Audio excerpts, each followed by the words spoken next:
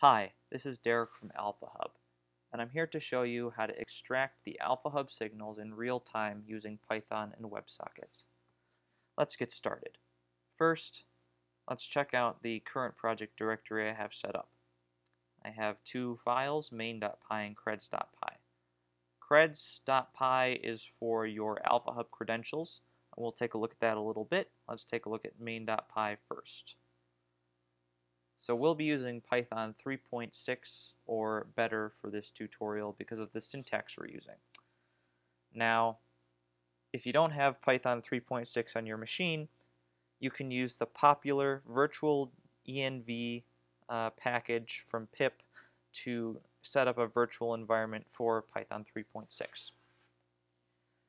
Anyway, let's explain some of these imports. So because we are using WebSockets, we will need to install the WebSockets package. This is installable via pip. Also, because we will be making one HTTP request, we need the requests package, which is also installable via pip. We also have this statement here where we're importing two variables from our creds file. So let's just take a look at that real fast. And you'll see here we have email and password. These are your AlphaHub credentials. We need this because you need to authenticate in order to get access to your subscribed algorithms. This is what the system uses to check to make sure you are a subscriber, so before it starts sending you the signals. So you'll need to input these here before you can do anything with this. We need JSON because a lot of these messages are going to be in JSON format, so we need to convert to JSON, convert from JSON into Python objects, etc.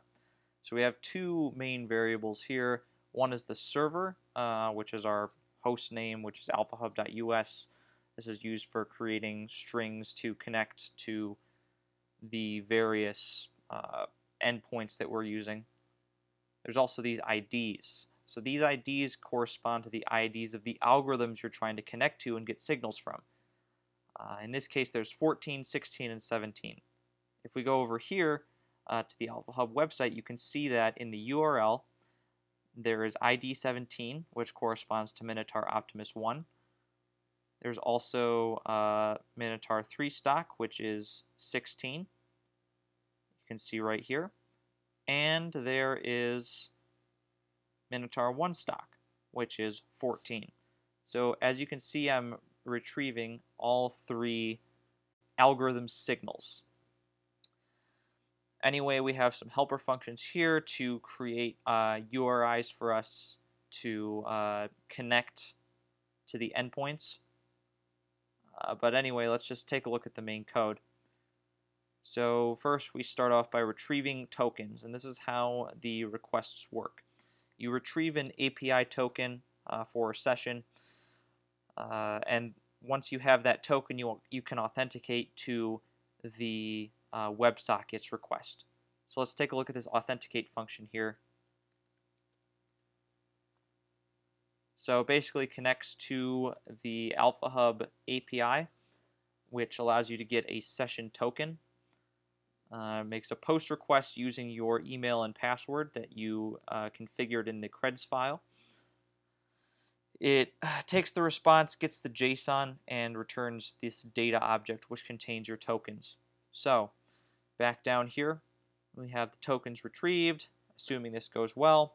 Now it starts listening for new signals, and this is where the WebSockets comes in. It loops this consumer function as long as you have the program running. So let's take a look at that consumer function. It also accepts our IDs here, which we configured above.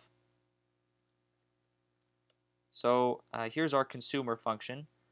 This first line connects to the WebSockets endpoint. You can see it's using your credentials that you retrieved from the API request you made before. Then it connects to the URL and then sends the join messages. So these join messages are a certain message format which you convert to JSON. You can see here it takes your IDs, it turns them into this message here with the special format. It converts it to JSON, and assuming that you are subscribed to the algorithms you're trying to join, you'll receive a message saying it joined. I don't print it out here because it seems redundant. So that will join the channels you're looking for. Now, once you've joined these channels, it will send you new signals whenever a new signal gets posted on the website. So that's what this second function does. It handles all new messages coming in on the WebSocket. So let's take a look. Here's the handle message function.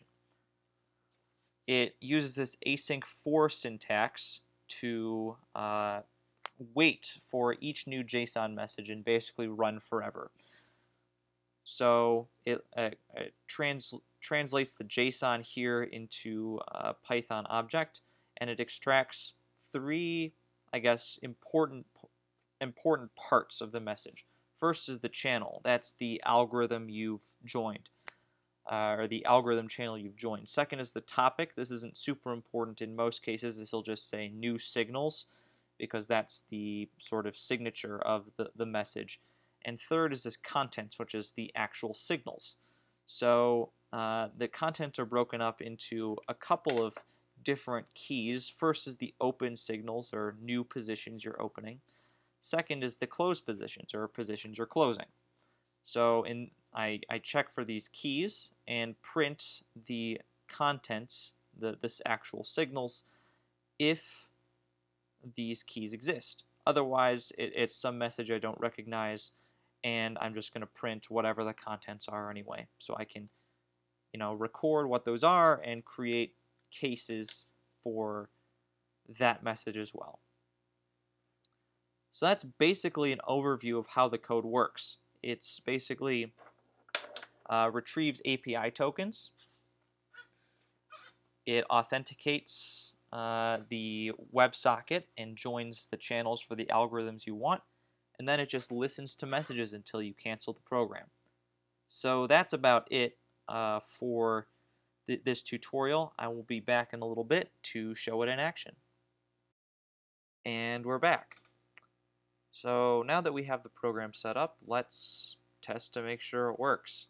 So what you're going to want to do first is go to the directory above your working directory. So we're in here, we're going to go up one, then we're going to run our program with Python and the name of your folder. It should start up here, retrieving tokens. Now it's listening. So now that we're listening, I'm going to go ahead and submit some signals to the website. There will be about 6 of them, and I'm going to do it on the test channel. So let's take a second and go do that. Be right back.